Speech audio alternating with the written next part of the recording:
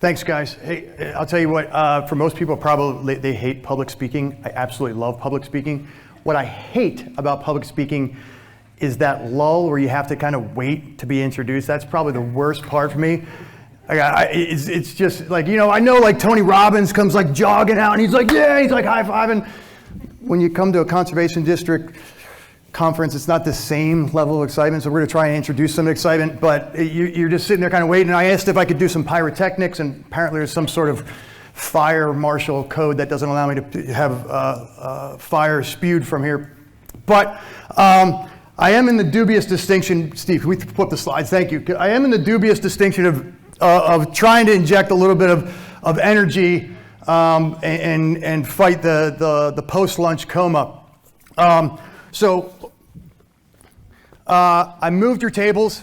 For those of you that came back in, were like, who the hell moved who moved my cheese? Who people came back and said, who the hell moved my tables?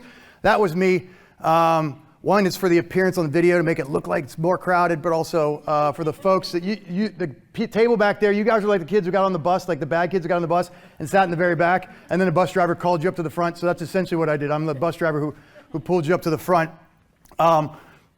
To try and just create a little bit more of an intimate dynamic, because what we're going to talk about today it's a little bit of leadership, but really it's about stress and fear and our emotional and physiological and physical and mental responses to stress and fear, and then how we can get over that. And who better to talk about resilience than the guy who had his first Death Star totally destroyed and came back and built a second one.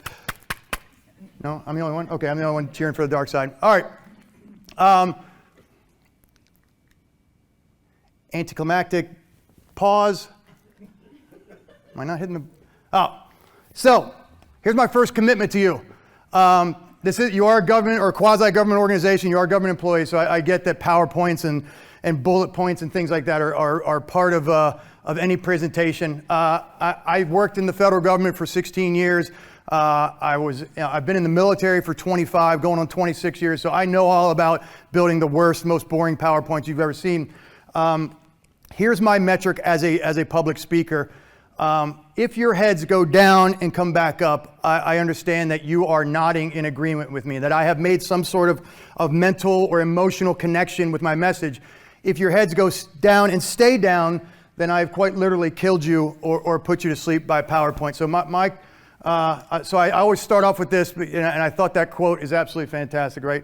I hope that when I die, it's during a PowerPoint presentation, because the transition from life to death will be barely noticeable.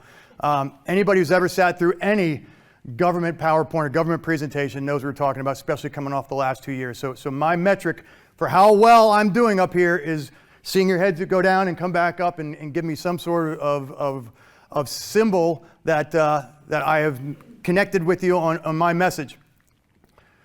So a little bit about me before Public Speaking 101 is everybody in here is saying, why should I listen to this guy? What's this going to be about? How is he going to try and keep me awake after lunch? So a little bit about me and why it all ties into what Matt had mentioned about what we're going to talk about today. So I have been lucky enough to spend the last 25 years in the Navy, all of that time in the SEAL teams. Along the way, I was active duty, I was enlisted, then I became an officer, was in the reserves. So I've been in and out of active duty and both working as both an enlisted guy as an officer. So I've been a follower, a leader, and at most times a little bit of both. While I was in the reserves, in my part-time or working part-time as a SEAL, which I didn't actually know was a real thing when I was getting out, they said, hey, do you want to stay in the reserves? And I was like, no, I don't want to go work on a ship. And they're like, no, they have part-time SEALs. And you're probably asking the same thing, like, how the hell does that work? Well, I asked myself the same thing about 18 years ago, and there's a lot more stories we'll talk about along the way about how that actually works, and talk about resilience and working through some stress and some fear. I would join the Air Marshal Service. I joined the Department of Homeland Security, joined FEMA at first and did 5 years of FEMA, then went over to the Air Marshal Service, and it was awesome. It was not that long after 9/11, and I was like, this is awesome. I'm going to take my SEAL skills. I'm going to get in this plane. I'm going to kick some ass on that plane and take down any terrorists. I'm going to be one of these air ninjas. And then it's probably day 2 where I was like, hey, where are all the hijackers? And they were like, no, this is it, dude. You're just gonna watch Dude, Where's My Car for like the 5th time. So while I was sitting on the plane, I decided I needed something to do to keep my brain active.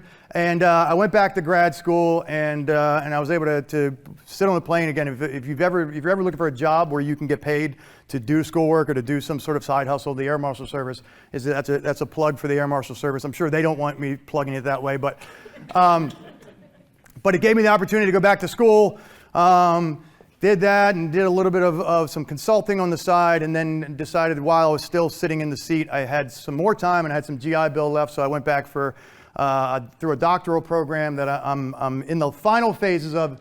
Anybody here, any PhD or doctoral students in here? Anybody run through that gamut, that awful long, you talk about persistence and resilience. There's a lot of stories of that, but and I'm in the final throes of finishing that. So what does all that mean? And I do a little bit of stand-up, which is enough to say that some guys go to like a bowling league or go to like play poker on Saturday nights. I go and subject myself to heckling and people ignoring me at a couple of shitty dive bars in Philly on Thursday and Friday nights. So that's my release. That's my outlet. And hopefully a little bit of that will come out as we're going through this today. So that's the whiffum for you. That's the what's in it for me. That's the why should I care. Hopefully that at least intrigues you a little bit. Like comedian, SEAL, doctoral student, all of those seem completely like disparate. We're going to see how this guy brings these together. And then I'll ask you at the end if I actually succeeded in that. So what are we actually going to talk about today? We're going to talk about, at its core, I'm going to use the word fear a lot. And I'm going to roam around. I saw a public speaker one time, and he said, when you roam around, one, it keeps people from playing Angry Birds, but two, it keeps the eyes moving and it keeps the brain moving, trying to see where John's going. Oh my God, is he going to call me next? Is that right, Keith? That's all right. Yeah, you were the one that had like the strong, like the announcer voice earlier, right? Yeah. So what we're really going to talk about today is this.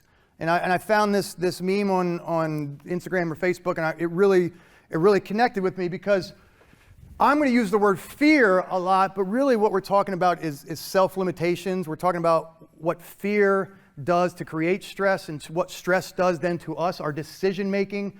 And I know Rita had talked about a couple instances of hers, and then you guys had some feedback about instances where you're out in the field and you're dealing with folks, or you're in a meeting, or you're on a Zoom call and you're dealing with a hostile workplace, right? Whether it's from the farmers you're dealing with, or colleagues, or vendors, or partner agencies. So we're going to talk a little bit about how fear, and I'm using the word not fear like necessarily like you might be falling off a cliff, but just fear in a broader sense about what it does to us up here. And we're gonna kind of reframe how we talk about fear.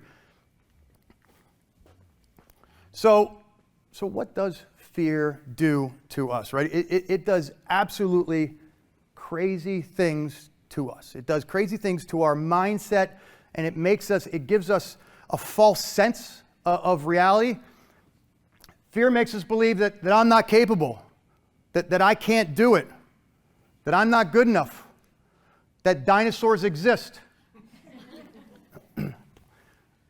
I saw this video. Just to be clear, and everybody online too, I don't condone this. I didn't say I don't laugh at it. I didn't laugh at it. I just said I don't condone it. But if you had asked the people who are coming around, it is awful. That poor guy's lunch. Yeah, I mean, yeah. I said the same. I said all, but I also laughed when I saw it. So but think about this. If I had asked these people, I don't know, 5 minutes before, I was like, hey, are dinosaurs real? They'd have laughed at me. Like, yeah, that's funny, Jurassic Park. If I'd asked you, do you think dinosaurs are real? But yet, 5 minutes later, they walked around the corner, and what happened? They turned and started running. The brain immediately said, I'm in danger. We talked about that fight, flight, or freeze. They immediately turned around. Again, that lunch thing is just awful. But they immediately turned around and started running because somehow the brain, in that moment of fear, the brain immediately said, all reality is out the window. I just told that dude on the street, the bald, funny guy, that dinosaurs aren't real. Boy, I wish I could take that answer back, because it turns out they are, and he immediately turned around and ran. Now, I know he came around the corner and there's the element of surprise, but you think about what their brain was doing in that moment. Their brain in the moment was trying to process the idea that everything I knew about dinosaurs being extinct was false. In a split second, they were trying to process, holy moly, I need to get out of here, right? And you're trying to process it. And so this video, although it's funny in some sense, what it really highlights is that, especially we're going to talk about acute stress, or that moment of fear, and when you're in the field and somebody's aggressive with you, and how does your body respond? How does your brain respond? And then what can we do to overcome that? We'll talk about both long-term, enduring stress, and then acute stress. Acute stress is that momentary piece where the adrenaline dumps and you have that fight, flight, or freeze reaction. So. But fear in a general sense says, like, I'm not good enough, I can't do it. So what? So what, John? So it says I can't do it, right? But it influences our decision making. It influences how we think about challenges. It influences how we step up to the plate, or how we respond in moments of crisis, or in moments of higher stress. So we're going to talk a little bit more about both acute and enduring stress. I'll tell you, I want to pause here for a second and tell you, when I first joined the SEAL teams, I thought that what I was going for was to become fearless. I will tell you that I couldn't have been more wrong. Fearlessness denotes the absence of fear.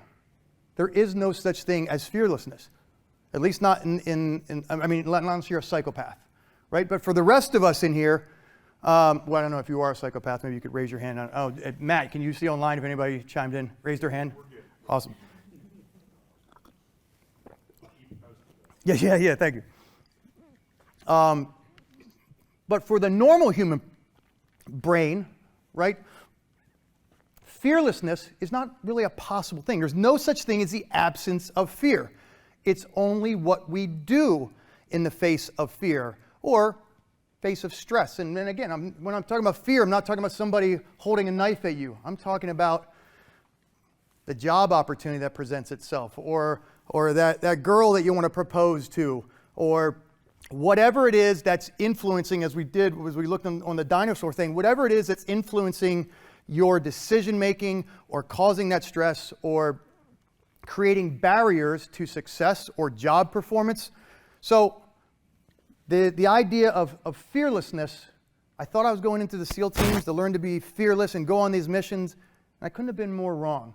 What I learned is that the fear never goes away. It's only what we do in the face of that fear that really matters.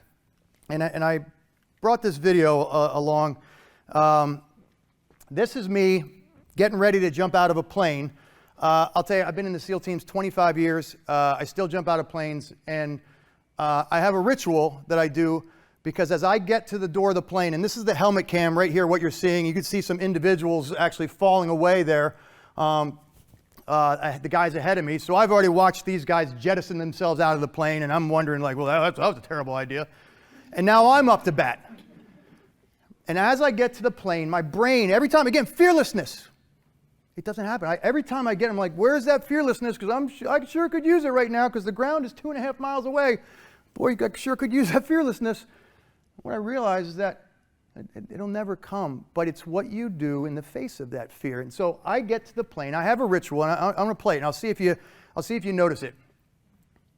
So that's the helmet cam, and the instructor's looking out, and see that there I go, propelling myself out of the plane. And at this point, I've now come to the conclusion that there's no going back. That it's this is going to end one way or another. I'm in both situations, me on the ground, but one way, either a pancake or slightly in better shape. But when it runs again, here, watch. Do you notice that very subtle thing? I do. So the instructor's he's outside the plane hanging on to this. If there was ever body language that said I'm ready to go, it's the guy who's on the outside of the plane. That's what the FBI calls a clue. And so I get to the plane and I look over and I kind of just like nod, like, are you sure? Are you sure you want to do this? Is this what we're going to do? Because every time I get into the plane and I get to the door, I'm like, my brain is going, this doesn't make any sense. I'm terrified. Boy, I thought, I'd be one of those guys who would just catapult myself out and, oh, this is awesome, this is fun. It never happens. Every time I get there, I'm like, the engines are still running. The pilot's sober, or at least he's able to fly. I don't care. He's able to fly the plane. And I'm sitting there going, why am I exiting this plane? And so I do that ritual, not consciously. I do it unconsciously. And I only noticed it when I watched the video of myself coming out of the plane. And I was like, oh my God, I do this ritual unconsciously because I'm trying to wrap my head around the idea that I'm purposely trying to face this fear. And I'll tell you, this isn't normally part of what I talk about, but it's fascinating. And I've talked to other people. When I go on stage to do stand-up, and I've heard other really well-known comedians say the same thing. If you could look at my iWatch and see my heart rate before I actually step on stage, or see my body language, see my hands in the back shaking and see me pacing, and I'm wearing a hole in that carpet that back there behind the stage, and my heart's racing. I mean, I've done this 1,000 times on stage, and I know that they're going to boo me. Like, I know it's coming. And I get up there, and like my hands are shaking, I'm pacing back and forth. And in the minute I break outside of that curtain, and I step up to the mic. If I could show you my heart rate monitor, my heart rate slows down, and I start getting into the moment. And that's what we're going to kind of talk about a little bit about today. The same thing happens when I jump out of the plane. Once I jump, and I joke that I say, that I'm already out and that there's no going back. Once you exit the plane, now it's all business. Now I'm laser focused on the mission at hand. Now I'm laser focused on the task. And a lot of that's come from I've been so fortunate to experience a lot of what the SEAL training was designed to impart on you. And we'll talk about that a little bit later, about being laser focused on the mission and ignoring those distractions. But whether I step up to the mic or whether I jump out of the plane, the effect on me physiologically is the same. As soon as I realize that there's no going back and I step up to the mic and it's do or die now, or I jump out of the plane and it's, well, and a little more literally do or die now, that's when my heart rate starts to settle in, and that's when we want to find opportunities. And that's what I want to talk about today, is how we get to that point, but you don't have to be in a position where you're jumping out of a plane and you're forced to focus on the task at hand. We're going to find about ways to recognize that stress and change your mindset and force yourself to find a focus on that task at hand. So let's talk a little bit about what your brain looks like in a normal setting. Here in this normal setting, Abby, your heart rate, can I assume your heart rate's feeling pretty low? Like just, it's not racing, right? Maybe a little spiked a little bit as I called on you and as I came in closer, like, well, Abby, now you're about to give us 90-second speech up here, right? Heart rate. So, but in a normal situation, a normal environment, this is what our brain looks like. Just the normal engine. All the synaptic gaps are firing on all cylinders, right? Your brain, it's just you're in a normal stasis. What happens when we experience acute stress? Probably the best example I've come up with is, so you're 16 and you're driving down the road. We're out here in a little bit of the sticks here, right? So probably is a good example. You're driving down 422 out here, or you're just driving wherever you are at home, and a deer jumps out in front of you. So I'm driving down the road, and here comes a deer, and he jumps out from my left to my right. He's moving across traffic in front of me. You're 16 years old. What do? You had your license maybe 6 months. What do? Drive the car off the road. All right, Linda, I like that. What is it? You said drive the car off the road. Alexis, what do? You're 16. Panic. Yeah. All right, that's an honest answer. I like it. But what does that mean to panic? What do? I know my heart rate goes up, and I usually slam on the brakes when something like that happens. Slam on the brakes. There you go. Right. Heart rate spikes. Keith. I should come around and give you the mic because you got just that great like meteorologist voice. What do? I mean, it depends on the car or the motorcycle or whatever, but Yeah. You're a driver? Yeah, you're 16. I'd get a good adrenaline rush, hopefully hit the brakes. Hit the brakes, there we go. So Keith said hit the brakes. Anybody else? You're probably right. You're all right. Is what you do is you're driving along, you're 16, you what do? You slam on the brakes, you grip the steering wheel, and you just wait for it to happen, right? That's what we all do at 16, maybe 17. My daughter's 13. I don't know. I'm trying to impart that knowledge now so we can bypass that whole phase, right? But the reality is, what's going to happen is you're going to grip the steering wheel, you're going to slam on the brakes, and you're going to kind of wait for it to happen. All right, fast forward. You're now 46. You're 46. You're driving on the same highway. Same deer, right? There's some like 35-year-old deer just like hobbles out in front of you, right? What do? You run over him to put him out of his misery because he's lived that long, right? What do? Exact same environment. You're now 30 years later, and you're driving down same speed, same weather conditions, same road, same time of day. The deer jumps out. What do, Keith? Nowadays, I'm already calculating like the crossing trajectory of the deer, my speed, try to sort to avoid it, but not so much to go out of the lane. Yes. Just aim right for its ass. And that's right. By the time you get there, the ass probably won't be there. Right? What I found motorcycles. And you're absolutely right. So for those online, so what Keith said is he's actually calculating the trajectory of the deer and trying to make course corrections in his vehicle accordingly. And you're absolutely right. 30 years later, in the split of a second, what have you done? You've actually, rather than slam on the brakes, you actually got a tighter grip on the brakes, but not one where you just winced and wait for it to happen. You actually maybe looked in your rearview mirror in a split second. You looked in your rearview mirror to see if I slam on the brakes, is somebody going to come up my rear end and send me in, right? You looked into the traffic because now the deer's moving from your left to your right. Maybe you looked into oncoming traffic. There's nobody coming. He's moving my left to my right. If I swerve right, I'm going to go into him. If I swerve left, I can go around him, right? You think about how far he is in front of you. Maybe if you in your seat next door, your seat next to you, right? Maybe if it's your teenage kid, maybe I don't know, maybe you think twice about it. If it's your mother-in-law, maybe you unclick her seatbelt. If it's your right, if it's your little kid, maybe you put that mom arm of steel out to block him, right? And all of that happens in a split second. To Keith, to your point, right? In a split second, you calculated the trajectory and then made a course correction. Why? Well, why did you do that now, but you didn't do it at 16? Experience, that's right. People say muscle memory. Good job, Christy. People say muscle memory or something, but it's really experience, but really on a deeper level, we'll geek out on it a little bit. On a deeper level, what has happened is over the course of your lifetime, that's not the first deer that's jumped out in front of you, right? That's not the first time you've had to slam on the brakes or somebody else has hit the brake in front of you or you've had to swerve. And over the course of a lifetime, you store long-term memories, right? You store, is anybody here a neurologist?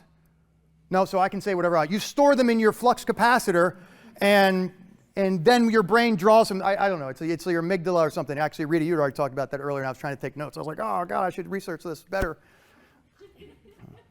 But I was too busy watching cat videos on YouTube, so I'll get to that later. But what is it, right? As your body experiences heightened moments of acute stress, again, not the long and term enduring stress, as your body experiences those moments of acute stress from the time you were 16, you slammed on the brakes, till all the way 30 years later, when you've now experienced that same thing, it's the same instance, the exact same thing, but what has happened is your body has stored these memories of what has happened, and every time that the same thing happens, or a similar, in a flash of a moment, the reason you're able to say, I'm calculating a trajectory, is because your brain has freed up some bandwidth where you can actually do that, rather than going, I don't know what to do because I'm 16, I've had my legs for 6 weeks, and you do this, right?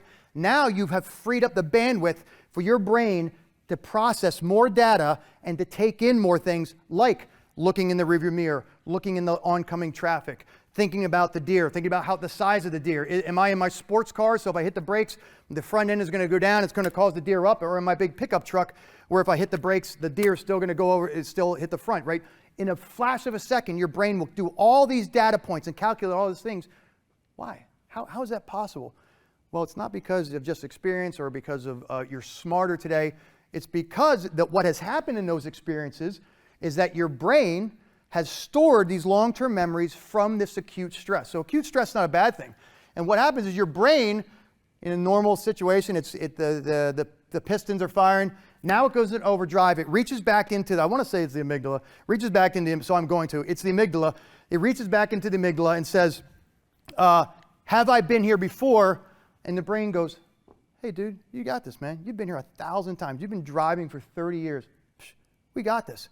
In the flash of a second, the heart rate does spike because we want that adrenaline dump, but it doesn't dump nearly as bad as that first time we experience that instance of acute stress. And it doesn't have to be the exact same thing. It doesn't have to be the exact same road with the exact same deer in the exact same vehicle. It has to be another instance where the brain goes, have I been here before in this moment? Like the first time we were in high school. Remember when the bully, maybe I'm dating myself, and the bully was like, meet me at 3 o'clock. I'm going to kick your ass in the parking lot. And they're like, you immediately adrenaline dump, and it stays there for like you're counting down the hours till that moment, and then you're a 16-year-old smart aleck kid, and you get punched in the face a lot. So the next time you get punched in the face, you're like, I've got this. It's really, I'm the only one. Is there any feedback online? Really, am I the only one? All right, maybe all right. We'll move on with that. Maybe it's a bad example. Maybe you guys don't know that example.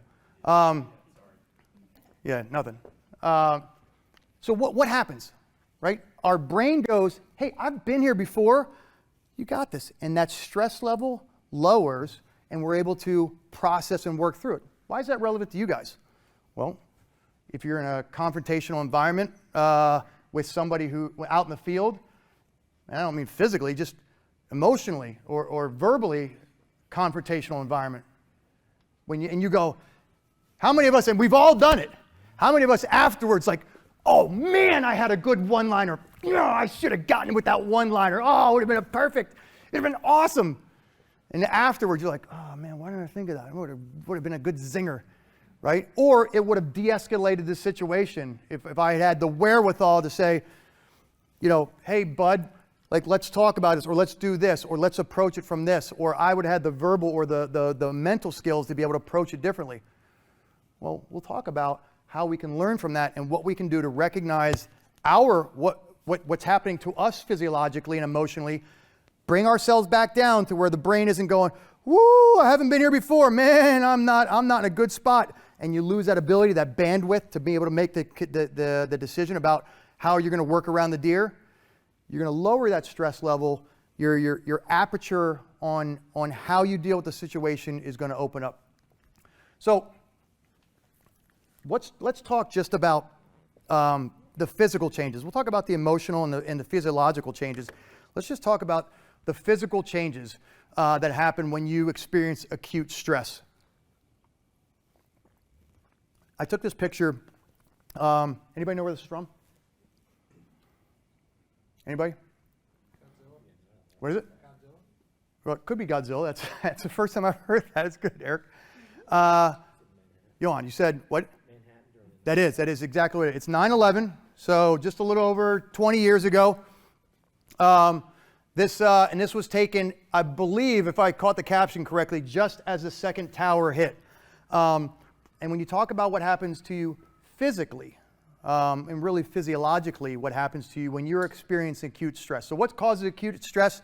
Right, we used to say it's fight or flight. Now we know that it's fight, flight, or freeze. That's what really is happening with the body. The body is so overwhelmed with fear, and really what we're talking about with fear, the body is going back to those long-term memories going, oh my God, not only have I not been here, but I don't even know what to do, and it's paralysis by analysis. Your brain's trying to think of anything to do, and it literally comes up with nothing. And when I was in federal law enforcement, when I was at the FBI, I used to teach the active shooter course, and we would watch videos of some active shooter events, and you would see these with the individuals who were unfortunate to be caught in an active shooter event.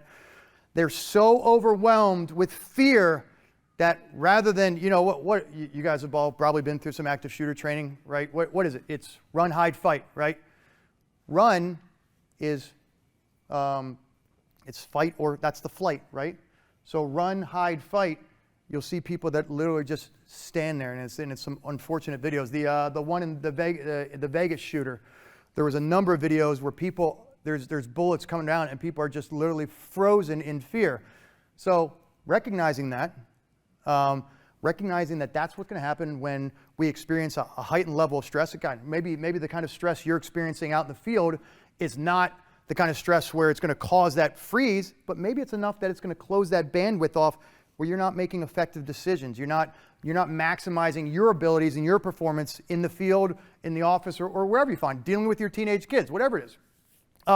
So this picture was taken from 9/11, and I like this picture because I think it probably exemplifies probably the worst and most catastrophic level of fear that we could experience. And for those who were around at 9/11, which is not something I used to say when I was giving speeches a long time ago, but for those who remember 9/11, right? We remember just your brain trying to wrap your head, and we always use that word, like it was surreal. I was trying to wrap my head around what was going on.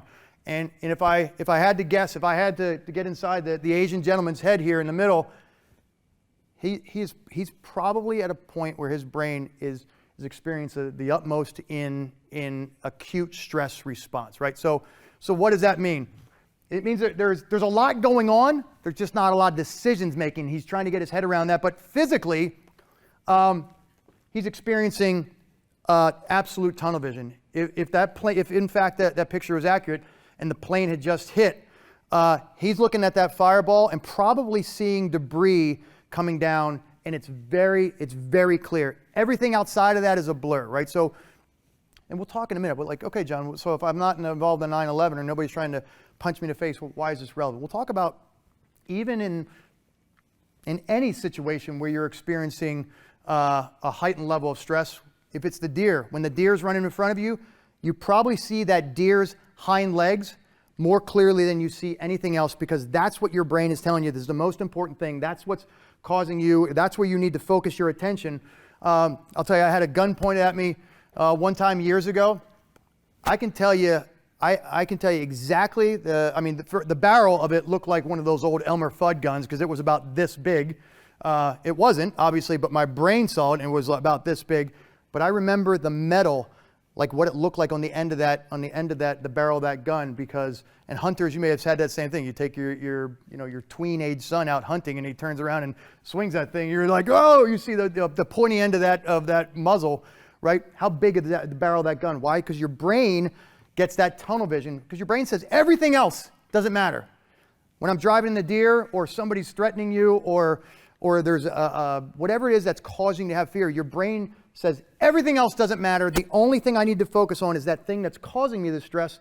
And for me, the end of that barrel of that gun, I could see the nicks in the end of that barrel of that gun because I couldn't see anything else. And you know what's actually interesting? And I have a very vivid memory of this. I remember seeing past the barrel of the gun and seeing where his finger was and if it was on the trigger. Again, and this wasn't a conscious process. This was me unconsciously looking at the barrel of that gun and then just seeing enough past it. I couldn't tell you what his body, what his face looked like, anything. I just remember seeing if that finger was on the trigger while my body was trying to catch up with, get out of the way of that, right? Thankfully, it was an inadvertent gun pointed at me, but I remember I had that very vivid. And why? Because my brain said, that's the thing that's most important. So we have that tunnel vision. We'll talk about it. So when you know that that's something that's going on and you recognize you have that tunnel vision, we're going to talk about some tools and some tricks where you can go, oh my gosh, I remember John saying that this was going to happen. I'm getting that tunnel vision. How do I get out of it? And when you recognize it, and I think Rita had actually mentioned this earlier, but like when you recognize these things that are happening and you're able to pull yourself out of it, well, you're able to increase your performance or increase your ability to respond or de-escalate a situation or make better decisions for you personally or professionally. So we'll talk about recognizing these things, and the first thing to recognize them is understand what it is and sort of why it's happening. So first thing is you'll have tunnel vision, and well, you're not going to necessarily have all these things. These are all things that can happen that are indicators of your body going through and trying to process and going through that acute stress, that fight, flight, or freeze, and it's your body escalating into that. If you recognize it, we'll talk about how you go, whoa, let me stop that and bring it back down. The other thing is some auditory exclusion. If you've ever been somewhere where your kid, I had somebody give me an example one time. They said their kid was getting ready to run into the street, and the only thing they could hear was somebody yelling that their kid was running the street, and that there was like music going on. It was like at a barbecue, and there was music and everything else, but it was like everybody else had just put them on mute, and they could hear somebody yelling about the kid about to run in the street. And they said, so this auditory exclusion happens. That's a good thing. Again, that's your brain going, hey, none of the music, everybody else at the barbecue, none of that matters. The only thing that does matter is what's causing that trigger. That's the good part. The bad part is there might be something else that's going on, like somebody saying, hey, I got it, or hey, I can help you. If anybody here has ever tried to do CPR or somebody or in a situation, you might be so in the moment and so in that zone and tunnel vision that auditory exclusion, you never hear the ambulance showing up, you never hear somebody saying, hey, let me take over for you, right? That auditory exclusion is something that happens. When we recognize it, then we can bring ourselves out of it, and we open up that aperture, both visually as well as auditorily. I don't know if that's a word, but we're going to use it. And now you can actually take in more data, and it actually can improve our performance. Memory loss. If you've ever seen police officers testify on the stand, how many rounds did you shoot in that gunfight? I don't know. How many times did you change magazines? I don't know. I don't even remember. I have no memory of that at all, right? There's a memory loss, and that's okay. It happens, and it may happen when you're trying to write a report about something that happened out in the field, and you may say, well, tell me exactly what happened, and you're like, I don't know. I honestly, God, don't. It was such a confrontational and a heightened level of stress for me. I'm honestly blanking on it, and that's okay. And the only reason I include this one in here is because sometimes we go, well, surely you must remember you were there. I say it to my 13-year-old all the time. She doesn't get a pass on this one. I go, you were there, what do you mean? But the reality is when you're in a heightened level of stress, you may have some memory loss. And I put this up here just because it's good for somebody to know that might be what they're going to experience.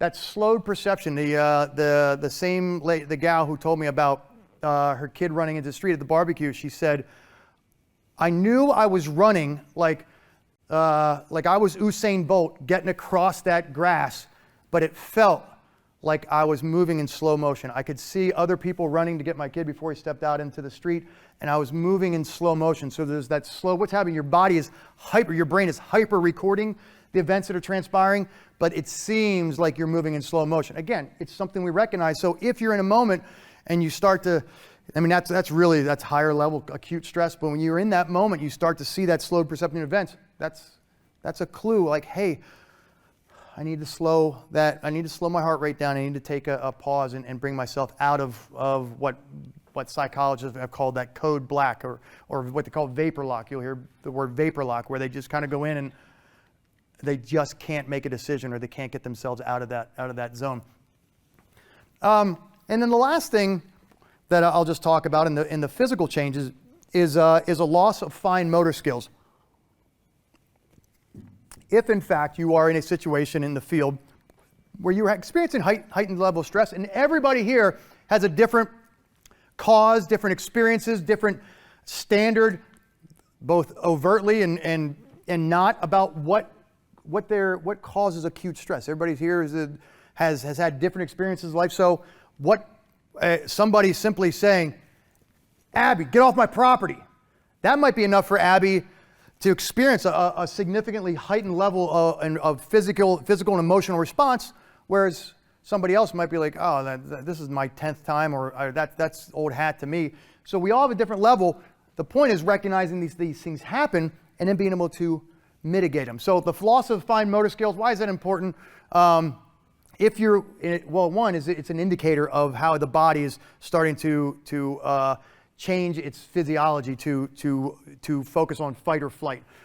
So what happens is the brain says, the body, the adrenaline dump rate, we're not going to geek out on too much, but the brain says, hey, I don't need blood in my fingertips. In fact, I need blood pumping through my heart. I need it in my lungs. I need it in my legs. I need it in my core. This is where I'm going to fight from. This is where I'm going to flee from.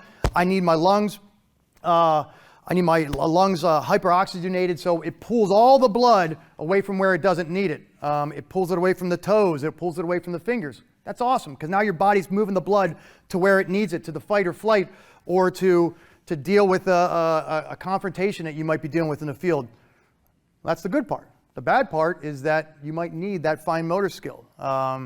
Everything from trying to unlock your iPhone with your fingers. Has anybody ever tried to dial 911 at an accident and they're sitting there pounding it, the keys, and they just can't get it to unlock?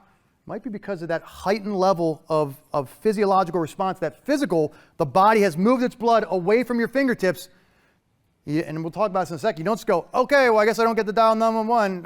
It sucks for you, right? It's the ability to recognize it and bring ourselves down to get some of that blood moving back to our fingertips so we can take more effective means and we can perform better.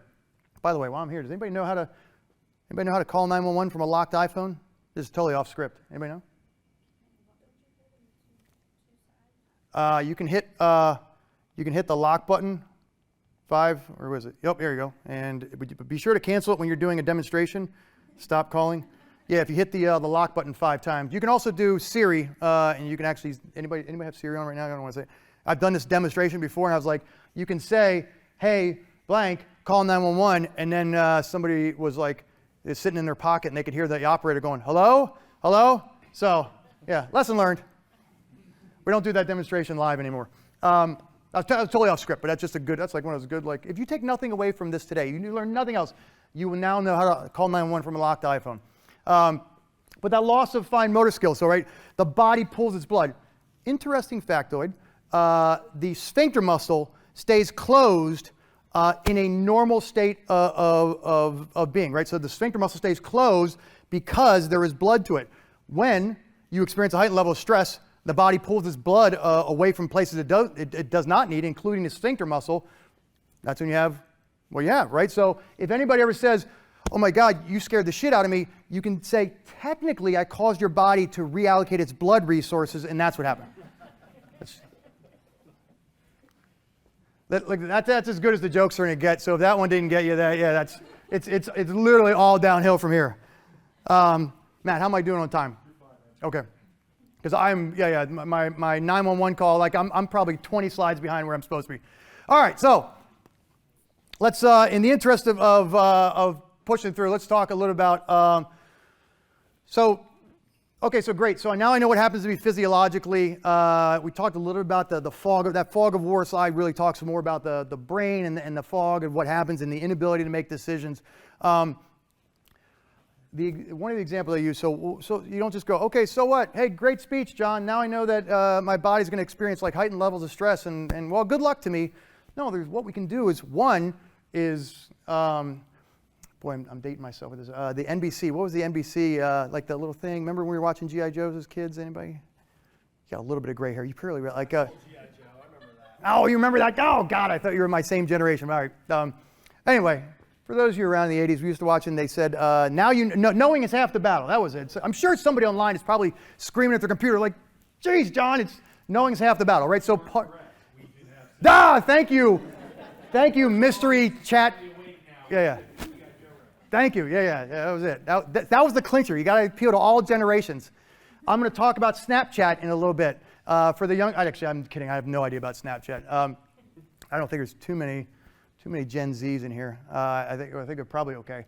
No, but we talk about, so like, you just go, okay, well, that's good information. Thanks, John. I guess if I experience acute stress, I won't be able to call 911, and that sucks. No, like what we do is we recognize it, and then we're able to take means when we recognize it to bring ourselves out of that fog of war and to perform better and to actually be able to push ourselves out of that proverbial plane and still function under that acute stress. So I use, this is my old picture. Any Eagles fans? Nelson Aguilar, right? He's doing good things in Arizona, I think, right? Better than he did for us. But right, so you're a first-time rookie punt receiver. If it's a football reference anybody gets, this is probably a good time to take 5. We're going to go on about football references for just a little bit.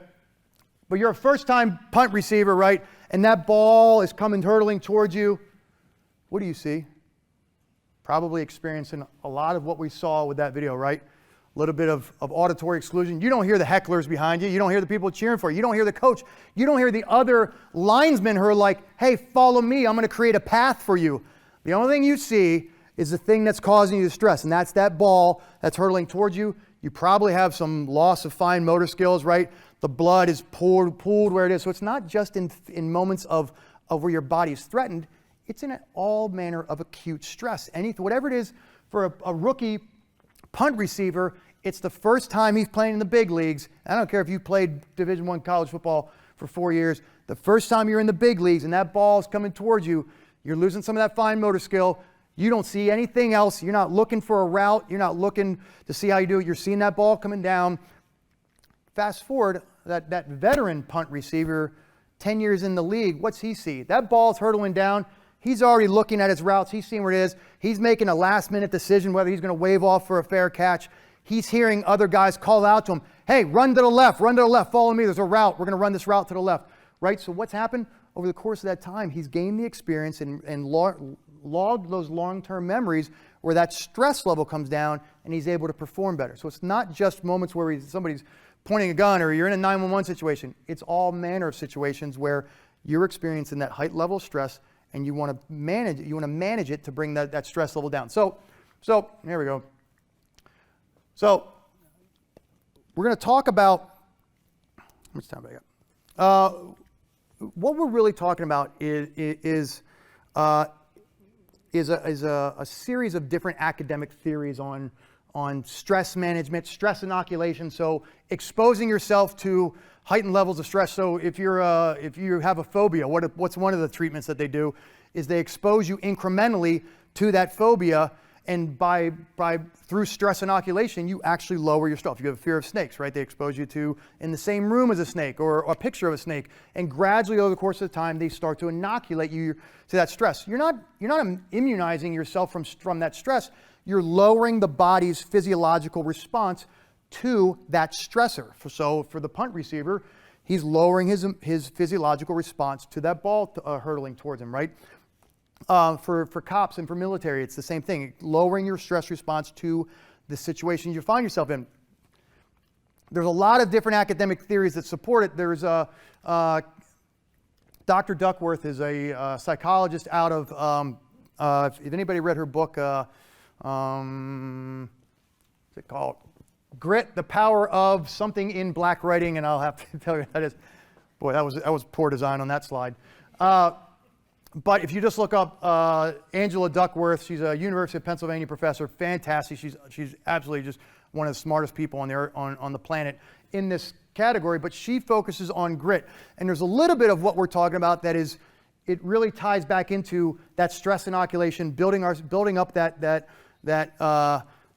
ability to lower that stress. And I'm certainly no Dr. Duckworth, so why say it when she can say it better? In education, the one thing we know how to measure best is IQ. But what if doing well in school and in life depends on much more than your ability to learn quickly and easily? So I left the classroom and I went to graduate school to become a psychologist. I started studying kids and adults in all kinds of super challenging settings. And in every study, my question was, who is successful here and why? My research team and I went to West Point Military Academy. We tried to predict which cadets would stay in military training and which would drop out. We went to the National Spelling Bee and tried to predict which children would advance farthest in competition. We studied rookie teachers working in really tough neighborhoods, asking which teachers are still going to be here in teaching by the end of the school year. And of those, who will be the most effective at improving learning outcomes for their students? We partnered with private companies asking which of these salespeople is going to keep their jobs and who's going to earn the most money.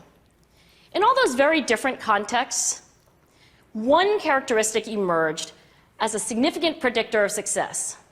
And it wasn't social intelligence, it wasn't good looks, physical health, and it wasn't IQ. It was grit. Grit is passion and perseverance for very long-term goals. Grit is having stamina. Grit is sticking with your future, day in, day out, not just for the week, not just for the month, but for years, and working really hard to make that future a reality. Grit is living life like it's a marathon, not a sprint. To me, the most shocking thing about grit is how little we know, how little science knows about building it. Every day, parents and teachers ask me, how do I build grit in kids? What do I do to teach kids a solid work ethic? How do I keep them motivated for the long run? The honest answer is, I don't know. What I do know is that talent doesn't make you gritty. Our data show very clearly that there are many talented individuals who simply do not follow through on their commitments. In fact, in our data, grit is usually unrelated or even inversely related to measures of talent. So far, the best idea I've heard about building grit in kids is something called growth mindset. This is an idea developed at Stanford University by Carol Dweck, and it is the belief that the ability to learn is not fixed, that it can change with your effort. Dr. Dweck has shown that when kids read and learn about the brain and how it changes and grows in response to challenge, they're much more likely to persevere when they fail because they don't believe that failure is a permanent condition. So there's a couple things that she says in there that really catch my attention, and they go to everything we've talked about when the brain grows in response to challenge, we're able to persevere. So let's dissect a little bit about what she said. Again, that was from a TED Talk. If you want to see the rest of the TED Talk, it's really good, and the book's fantastic. Grit, let's work backwards from what she said and kind of make some sense of this a little bit. Grit predicts achievements in really challenging contexts. So what does that mean? It means if you're gritty, you are more likely to be successful in challenging contexts. Challenging context is nerd speak for levels of situations where you're being challenged or stressed, right? So you are more likely to be successful in stressful situations or situations where you are out of your comfort zone. Matt, thank you for teeing up that comfort zone talk. Grit is passion and perseverance for very long-term goals. I am not an expert on passion. If my wife were here, she could confirm that. Just 3 days ago for Valentine's Day, I got her an Eagles jersey and a Roomba. In hindsight, I thought it would help. I didn't know. So I am not an expert in passion, but that's not true. I didn't actually get that. I did get that a couple years ago, and I've used that same joke every time. But I do know a little bit about perseverance. And that's really what we're talking about a little bit today is that ability to persevere under challenging contexts or in stressful situations. And the last thing she says, when people learn about the brain and how it grows in response to challenge, they're more likely to persevere. So working backwards, if you learn about the brain, we kind of geeked out on just a little bit just now, if we learn about the brain and what happens in response to challenge or stress or fear, we're more likely to persevere. If we combine perseverance with passion, we become more gritty. The more gritty we are, the better we are going to succeed in those challenging contexts. So you put it all together, what does it mean?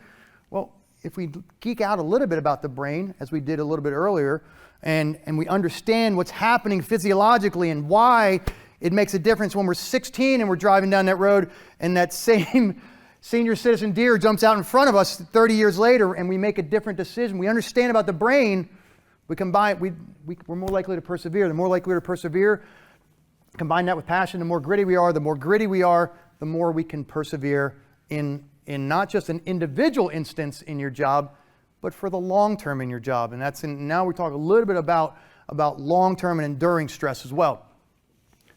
So what did she actually say? She said a couple things.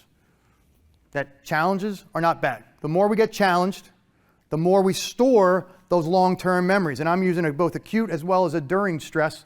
Because when we say anybody here likes, let's stress the system.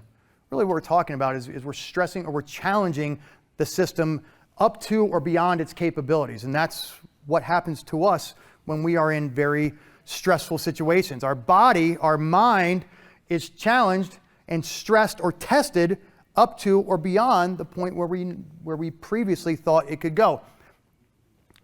That challenge creates stress.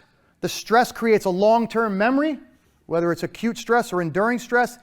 That stress creates a long-term memory that we store in some nebulous part of our brain that I don't know about. We learn from that. We grow. The next time we find ourselves in that situation, that stress level comes down and we're able to work through it more effectively. So what can you do? Right? Okay, and so all this was scene setter for what? Well, for a little bit of a laundry list of things that you can do when you recognize that you're experiencing a heightened level of stress. Matt, we're going till 2:45, 2:50? You have about 45 minutes. Okay, fantastic. No, good, thank you. So what can you do?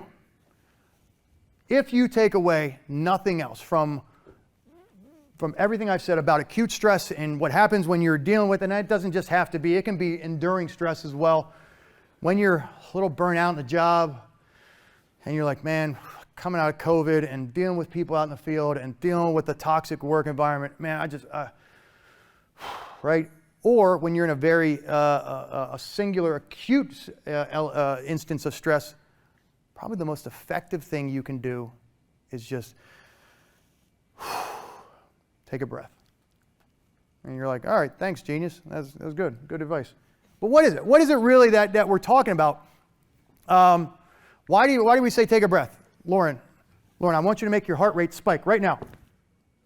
Do it! Did I actually get it? Did I actually get it? Do it! No, it didn't even do it? No, that wasn't one of my jokes. You were literally laughing and I was trying to create acute stress. So no, but you can't increase or decrease your heart rate, right? That's part of your, somebody online is going to get me on this one. It's parasympathetic nervous system, right? You can't control it.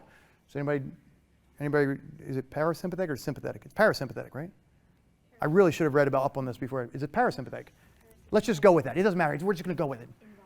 It's involuntary. Thank you. I knew I was over at the right table. So the parasympathetic, right? So Christy, increase your heart rate. You can't do it, right? You can't control your heart rate. And in the same vein, I say, slow your heart rate down. Slow it down right now. Well, that's probably doing the opposite thing, right? One. But two is you can't control your heart rate and you can't control how that body's pumping the blood through your system. But by proxy, you can actually have an effect on that. You can't control your heart rate, but you can take a breath. And by proxy, what will happen is your brain will go, oh, okay, whoa, all right, we're not in that code black, we're not up in that vapor lock. Oh, we're actually going to try and work through this. You can take a deep breath, and that will cause a trigger of reactions inside your body, and it will have that effect on your parasympathetic nervous system, which is to say the things that you can't control. It will actually start to slow your body down and open up your brain a little bit to process more bits of data. That auditory exclusion, or the tunnel vision, or the loss of fine motor skills. Simply taking a breath, and this is for enduring stress as well. When you are dreading going into work, I'll tell you, when we used to in the SEAL teams, we would be at a doorway, getting ready. Getting the whole team is stacked up there, ready going into kicking some doors, and before we would go in, the whole team, you could just hear it. It wasn't something that we did by directive. It's just what everybody did. Your adrenaline's going. You're ready to go in there, and you just that. I mean, that's as long as it takes. And I'll tell you, I've done that under very, very stressful circumstances, in the Navy or in the Air Marshal Service or just in life. Just taking it. Everybody knows. Anybody who's ever had kids, right? You know when you're going in to get that screaming baby because he or she is woken up for the 5th time that night and it just will not sleep because they're colicky. What do they say? What do they say? What do they say to every mom? Right? Take a breath. Why? Because you're going to slow that emotional response down, that physiological and that emotional response. You're going to get more clarity in that fog of war, just clarity in that decision making and in your performance, whether that's you as a new mom, or you on the job, or you just out in life.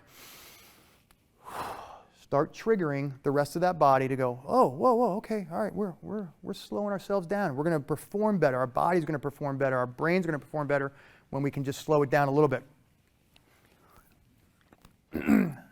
I will tell you that I absolutely hate running. And that's coming from somebody who's built like if Gumby and Frankenstein had a baby. Like, I am built for running, and I hate running. On a treadmill, I should say. I hate running on a treadmill. Why? Because since the dawn of time, running has been designed to get human beings like either away from something very quickly or to something very quickly. And running on a treadmill accomplishes neither. So for me, getting on a treadmill, from the minute I step on the treadmill, I'm immediately like, I'm just like, oh, this sucks. I'm running and I'm not getting anywhere. But I know I have to do it. And I know that sometimes that's the only way I have an opportunity to get out and do and get that exercise. So why is this relevant to stress inoculation? Well, we talk about building grit and building perseverance and or finding that perseverance.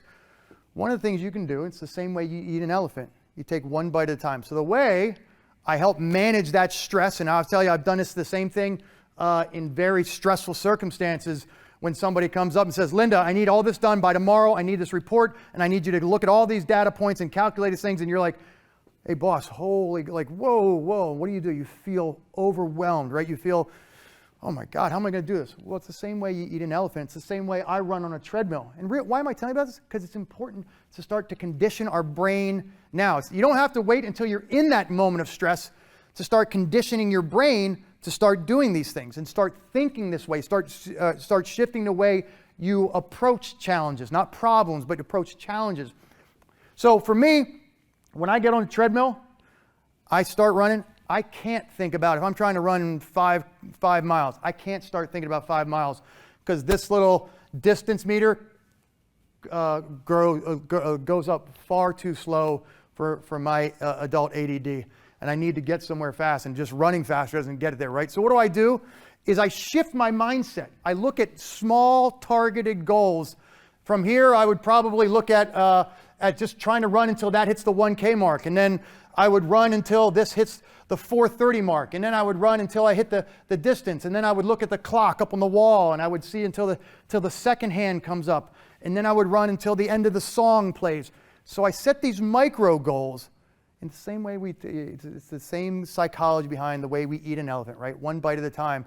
But if we start to condition our brain to do that now, when you are in instances of very high stress or just enduring stress, and you go, man, by the end of the month, I got this report due, and I don't know how I'm going to do it. I'm trying to finish school, and I got to coach the kids soccer, and the way you're going to lower that stress and perform better across the board is by just conditioning your brain to start thinking about taking on these tasks one bite at a time. I'll tell you, I do this right now. When I come home from work, we've got to get the kids fed. We've got to help them with homework. I have 3 kids that are 13, 11, and 9. I got to help them with homework. We've got to get to the sports. We've got to get dinner. We've got to get everybody showered and get them ready for bed. And we have all these things. If I walk in the door and I start thinking about, I walk in at 5:30 and it's like, oh my God, 9:30 is never going to get here. We got all this stuff. I'll be overwhelmed. I'll be stressed. I'll perform better. I'll be cranky. If I start thinking about all those things that I have to do from the minute I walk in the door. So what do? I condition my brain to just tackle one task at a time. Let me just get in the door and let's just get homework done. I don't think about anything else. And one of the things, if you ever watch any of the specials on BUDS or on SEAL training, what do all the instructors say? Don't worry about the end of the day. If I show up at 4 a.m. and I know I'm going to get my ass kicked for 12 or 15 hours that day, that's when guys ring out. That's when they go, there's no way. I just went for a 4-mile run, and now you're going to beat my butt in this cold water, and then we're going to do this, and that's only just before breakfast. Guys that can't think in terms of small tasks and just getting through this next hurdle, those are the guys that often quit, and it's a great lesson that I was conditioned for years ago, and I'm so blessed to be able to share that lesson. So condition your brain now to take bite-sized goals of a larger piece of a challenge is one way to lower stress. Raising your hand first. This is such a simple one. When I first read about this online, I was like, that's so simple. What happens? We talked about fear. We started the conversation talking about fear. And I said, I'm not just talking about somebody pointing a gun at you or something like that, but it's fear caused by the unknown. It's fear of what if I'm wrong. It's fear of what if I'm not good enough. What happens when somebody says, hey, I'm looking for a volunteer? What does everybody do? Me included. What do we all do? Kind of like, or you ever see that great, like, hey, we need a volunteer, and we do this in the military a lot. Like, give me one volunteer, and everybody else takes a step backwards, so leave you one guy standing. You're like, oh, I got him. Right? So what happens when you raise your hand? When you face the unknown, you face that fear of, well, what if I'm wrong? What if everybody else laughs at me? What if what if I'm mocked? What if I just make a fool of myself just because I'm absolutely way off base, right? So why do we not raise our hand first? Well, because it's fear-driven. It's like, well, I'll chime in once somebody else answers, and I'll be like, oh, I was also thinking of that same thing, right? Raising your hand first, and I think Rita just talked about a little bit, like that dopamine rush that comes from being right or finding out. Again, we talked about how inoculating our brain to the stress. What happens when you raise your hand and you are absolutely wrong and nothing happens? Nobody, like the whole crowd doesn't stand up and start chanting, like, John's an idiot, right? What happens when that doesn't happen? Your brain logs that long-term memory and goes, hey, the last time I raised my hand and nobody laughed at me, maybe I can do it again. And you start to condition yourself to overcome that fear, to inoculate yourself to the stress of, well, maybe I can raise my hand first. So raising your hand, is that going to make you ready to take on the world? No, but it is one piece of a larger menu of items that you can start to condition yourself with now to raise your hand and start to inoculate yourself to that stress in other situations where somebody says, hey, I got this overwhelming task for you. And you're like, you know what? I've been there before. I can actually, my brain, my body will lower that stress level. So with that, can I have a volunteer? You guys literally didn't hear anything I said. You literally just ignored me for the last 5 minutes. Anybody know the movie, by the way? Team America. Thank you. Keith, my man, Team America. Everybody online, I'm sure there were a bunch of people online that were yelling at as well. The other thing, you go back to my running analogy, it's similar to the way we eat the elephant, the way we create task-oriented or bite-sized goals of a larger task. And that's to push ourselves 1%. If I said, and they're right, there's a reason Weight Watchers has been in business for a long time, because when somebody comes in, they're like, I'm going to lose 100 pounds. 25 pounds into it, they kind of lose the momentum, and they're like, oh man, this took me forever to lose 25. How am I going to lose 100 pounds? I'm never going to get there, right? So the reason that diet fads are a billion-dollar business is because they know it's a recurring cycle, right? So if we set more manageable goals and we condition our brain to just look at those bite-sized goals or goals that we can get to, we actually start to condition our brain like, oh, maybe I can do that. And it's the same thing happening when we raising our hand. Like, maybe I can do that. So it's the 1% rule.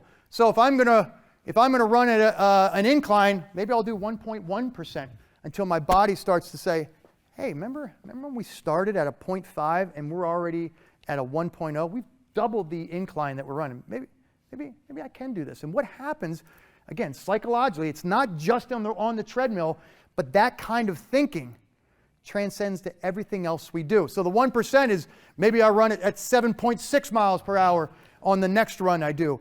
And over the course of time, we find that we've actually expanded that belief and that ability to perform under stress or take on larger tasks or endure a higher level of stress because we've actually conditioned our brain to think in a way that allows us to be effective. There we go. Take a self-defense class.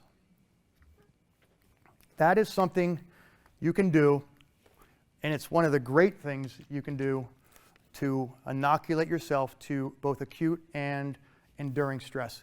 Take a self-defense class. Why is that? Why is take a self-defense class so important? Emily. Oh my God, he called on me. Okay. It's a good. Sure, take the surprise. Anybody here ever read Dave Grossman? any of his books? Colonel Grossman was a former Army Ranger, West Point psychology professor, wrote some fantastic books just about how the brain works in stress. And Colonel Grossman says, interpersonal human aggression causes a near phobic level response in the average human being. Let me say that again.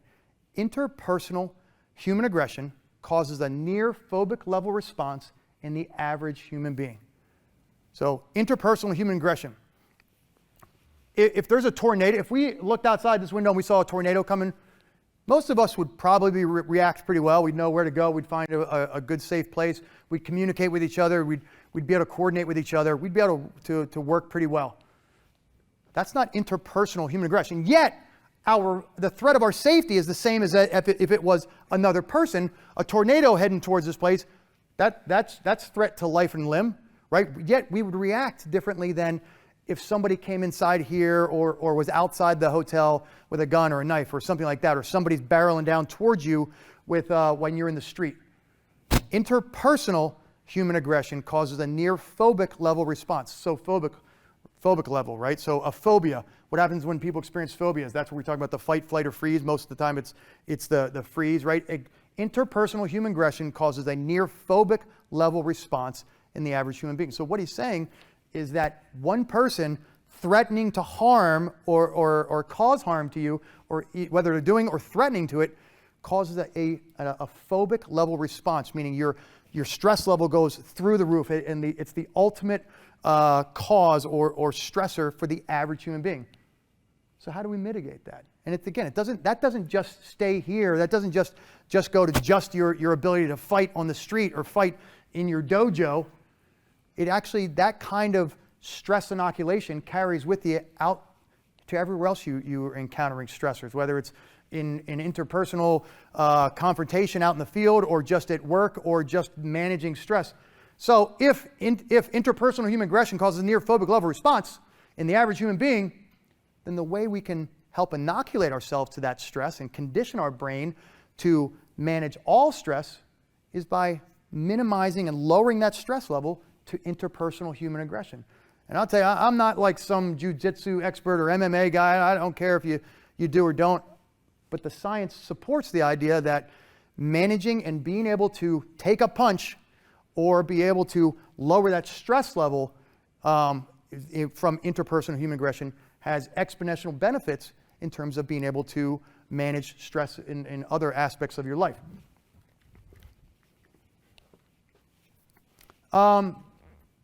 There's other things, and I throw this one up here just because it's if you're not going to take a self-defense class, and it doesn't matter if you do or don't, but it's one thing. But there are other ways, and we talked about other ways that we can find opportunities to manage stress in our lives, and one of them is intermittent fasting, and I use that just as one example of a way that you can find an opportunity in your life to exercise that discipline to do as Dr. Duckworth says, to find opportunities to build that perseverance, or find that perseverance and persevere. So there's a lot of things that not everybody wants to go to and I don't care if you do intermittent fasting, whatever it is in terms of diet that causes you to deny yourself something that maybe you crave. I'll tell you, I'm a sweets guy. I will devour a bag of gummy bears. I'll probably do it on the way home back to Philly tonight, and then I'll just be up until 3 a.m. But I feel like sometimes it's like a therapy session. I'm just like sitting. I'm just like, Christy, like I got to deal with sweets. Help me out. No, seriously, can you? I'm kidding. But intermittent fasting. Where was I? I'm off topic. Adult ADD. I told you, it's kicked in. It hits when you don't even know it. So the intermittent fasting it's something within the diet and the ability to find opportunities to exercise discipline, to create moments where you can say, okay, how am I going to find perseverance? How am I going to exercise perseverance if it's not out in the field, if it's not in a moment where I'm dealing with confrontation? How do I do that? Well, there's lots of opportunities, and again, it might be taking bite-sized chunks on the treadmill, or managing larger tasks in a very simple way. The other thing is, and I use intermittent fasting just as an example of ways in your life, in your daily life, where you can change your mindset and change the way that you approach what are otherwise seemingly benign challenges, but you start to create little seeds that eventually grow into an entire forest of opportunities and of ways that you approach challenge and you manage that stress. How are we doing on time? Down to 20 minutes. So let me get through some of these. So most of what we talked about are some physical pieces and everything. I put this slide up here just because it reinforces some of the underlying psychology to what you're doing. Confidence and competence are mutually perpetuating. The more you exercise and build competence in something, the more you are building the confidence in the same thing. You can think about riding a bike when you're a kid, right? You fell over and you lost the confidence to get back on and do it again. And once your mom or dad let go of the seat and you were able to go 10 feet without falling over, that wasn't just a competence. The competence led to the confidence. So as confidence went up, well, now you were actually able to stick with it. Now you're able to go 30 feet and then 60 feet. And now you're able to ride up and down the street, and then you're doing wheelies and things like that, right? So as you build that confidence, the competence also goes up. And the more you are competent in a particular skill, the more you build that confidence. And the same is true with confidence and competence being denigrating. And if you understand that, and again, we talked about geeking out on the psychology a little bit, the more you understand that confidence and competence can be mutually denigrating as well, the more you can stop that and take a pause and go, oh, geez, like I know I didn't perform as well in that task that my boss gave me, or out in the street.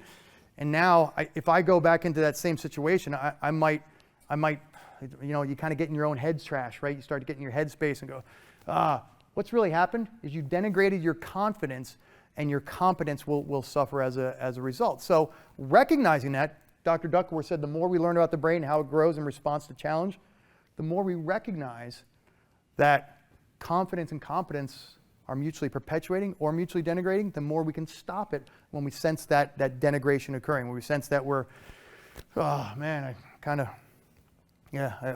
really screwed up on that last one. I'm not raising my hand again for that next one. I'm not going to volunteer. Why? Because that competence and confidence have started to that downward cycle. So, how are we doing? Let's just wrap up with this. It'll be just a few minutes. Obviously, I love humor, and I'd be remiss if I didn't talk a little bit about humor and its benefit to everything we've talked about so far. There's a lot of studies, and I mean, I'll geek out on this all day long about the benefits of humor, what it does physiologically to you, what it does physically, emotionally, mentally, how it changes. There's great studies of people who have had cancer, and they just watched Dave Chappelle for endless hours, and in a comparative study, they came out better, and they beat cancer or faster, quicker, better, or longer than other folks. There's a lot of benefits to humor, but more importantly, it has an unbelievable benefit for, and I think Rita, we joked about it. I think Rita had said, hey, don't use humor if you're not good at it. There's probably some sage advice there. But I'm not one to listen to sage advice, so we're just going to press on with it anyway, and I'm going to give you all the ideas. Is humor, it is the most underrated opportunity to build immunity to stress.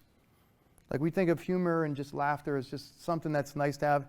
It is the most underrated mechanism for building immunity to stress, but also for lowering tension in those that we're interacting with.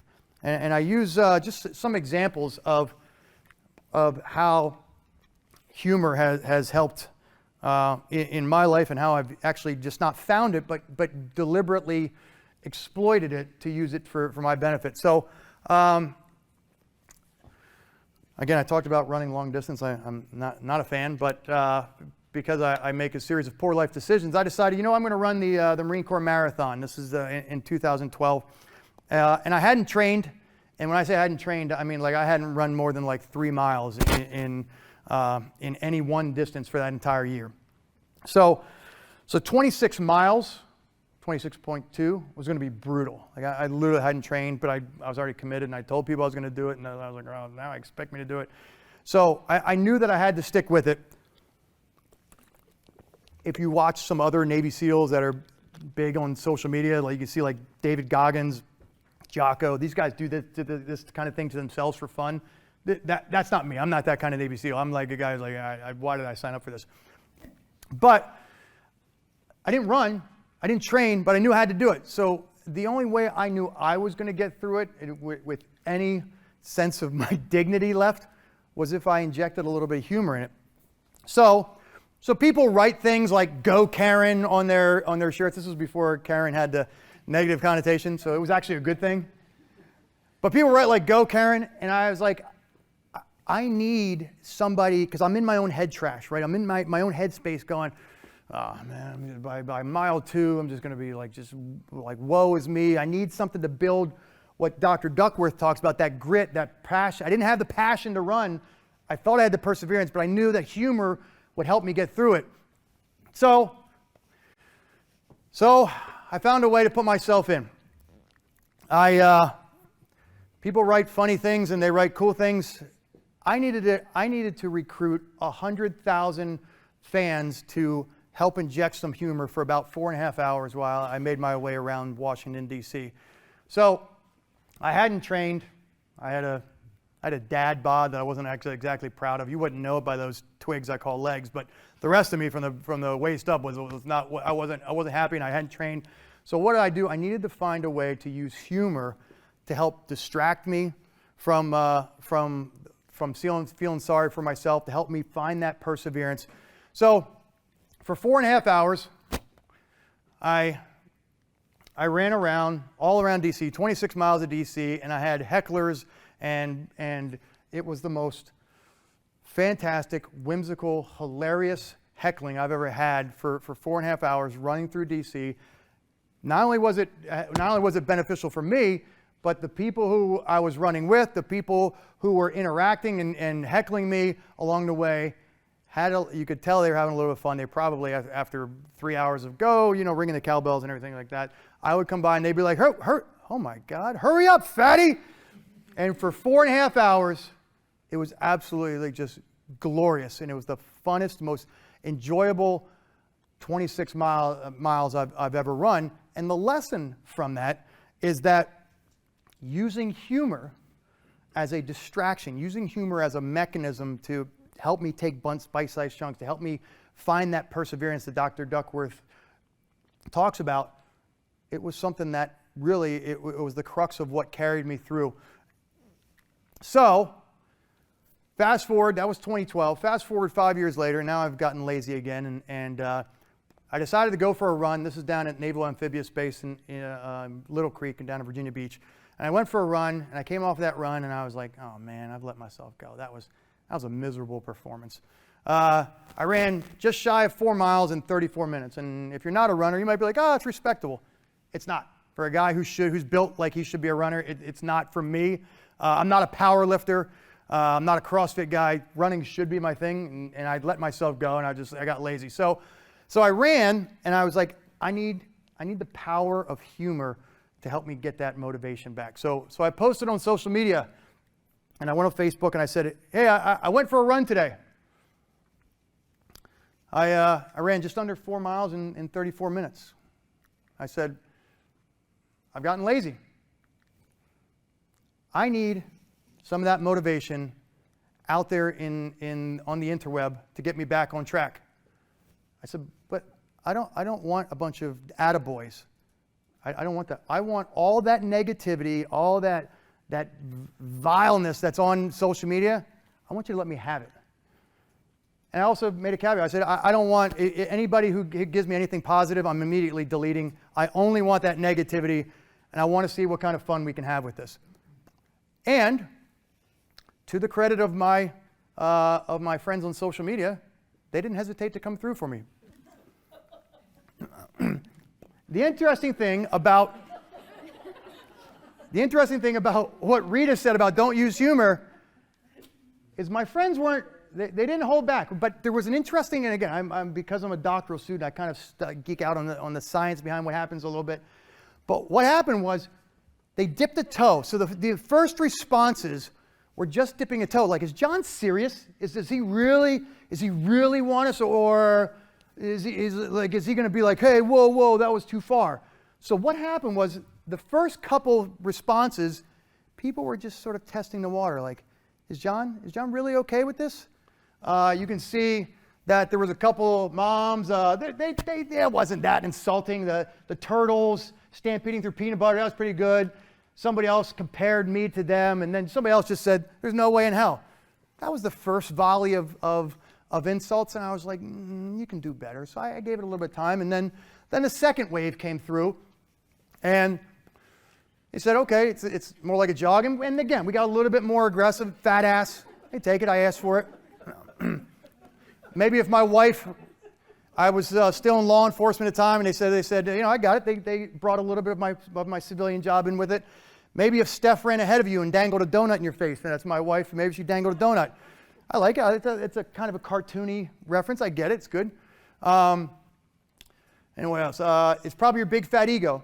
A little uncalled for, but I mean, hey, I asked for it. I didn't set any parameters, so I'm taking a shot at my personal well-being. That's fine. Then somebody else just got straight to the point. You suck. Okay, I appreciate it. It's short. It's concise. I'm wordy. That was the first meme that popped up with Donald Trump, and that was good. And then what an embarrassment to mankind. Get a Fitbit and keep up with me. So again, a little bit of an opportunity to put themselves and showcase their fitness.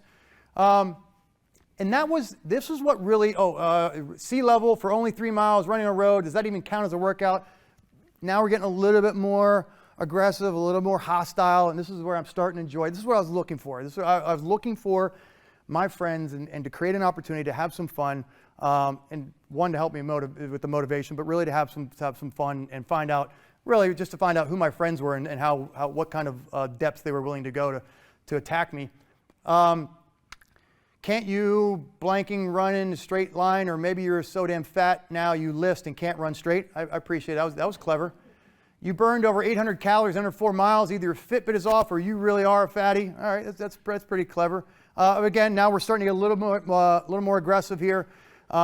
Certainly you certainly can't blame your hair for slowing you down. Again, I thought that was below the belt. I didn't. I mean, listen. I asked for comments about my being lazy and fat and stuff. I didn't ask for it. Like, I'm still dealing with going bald. I thought that was uncalled for.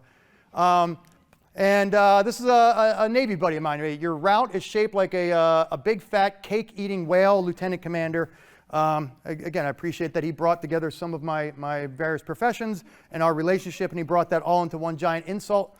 You are a shameful, disgusting turd, a podgy, bait-eating fat body. It's eloquent and creative. I liked it. And then one of my favorite. This was actually from a stay-at-home mom of 4. I actually think a 9-minute mile is pretty respectable for a fat F in his 40s. So her kids can be proud that she's talks like a sailor. And then my last one is you're fat. Don't sugarcoat it, or you'll eat that, because you'll eat that too. Absolutely my favorite. I had that on my phone for months. So what did I learn from this? Other than that my friends are just awful human beings, what I learned is, and what I actually had a fantastic, and this is, by the way, this is all 100% true. This is absolutely true. I did post it. These are all comments that they put on there, and I actually had to pick just the best ones out of them. But what I learned from that is one, that people will dip a toe into humor, that they'll start to dip a toe And what they were looking for, and I would comment back a couple things. I'd be like, you can do better than that. And I'd be like, that's not enough to get me running again. I'm looking for motivation. And what I learned from that, and what I've incorporated a little bit into my studies in my doctoral program, is that humor has this fantastic effect on lowering our stress, lowering our guard, helping us work through some very long-term enduring stress.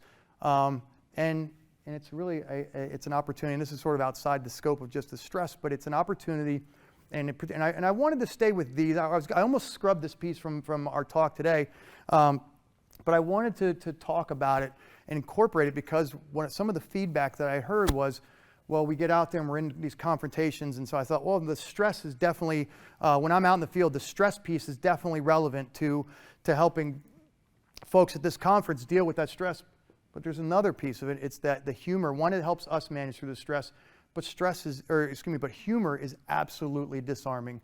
And I don't know what it looks like and how it can be effectively used in the field. But I'll tell you, and anybody knows, we use it in the Navy and the SEAL teams all the time. Some of the, like if you're amped up and you're dealing with all the chaos and bombs going off and things like that, and somebody comes over your radio and just says the funniest damn thing you've ever heard, you know how disarming it is.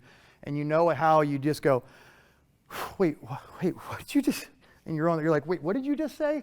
And it's disarming, and it gets you out of that fog of war, and it's a very effective tool for not only managing your own stress and the chaos that you have going on in your own head, but for those you're dealing with when you're able to inject a little bit of humor, and that farmer is irate, or that vendor or that partner agency you're dealing with is irate, and they're wrapped around the axle. When you can inject, especially a little bit of self-deprecating humor into it, it's very disarming, and it actually helps de-escalate any situation where you can then actually bring yourself out of that fog of war and help lower the stress, not only internally, but in somebody else.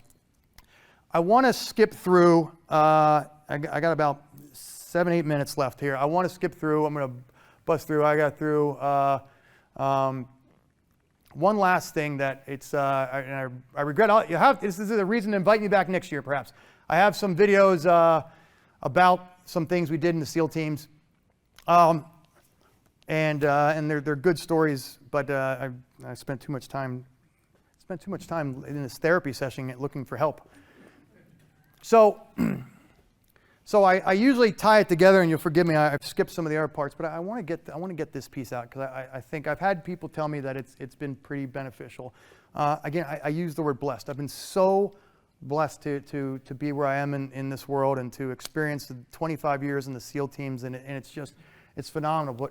But one of the lessons that I think I took for granted for the longest time coming out of SEAL training, and even my time in the SEAL teams, is the enormity and the gravity of the transformation that happens when you go through SEAL training. And it really happens at SEAL training. If you listen to any of the other Dan Crenshaw or Jocko or any of the other SEALs out there, they always go back to that one crucible that was BUDS, or basic underwater demolition SEAL training. And there's a couple lessons that, again, I took for granted that, oh, you mean everybody doesn't just have their hands and feet tied back behind their back and get thrown into the deep end of the pool and they have to learn to swim?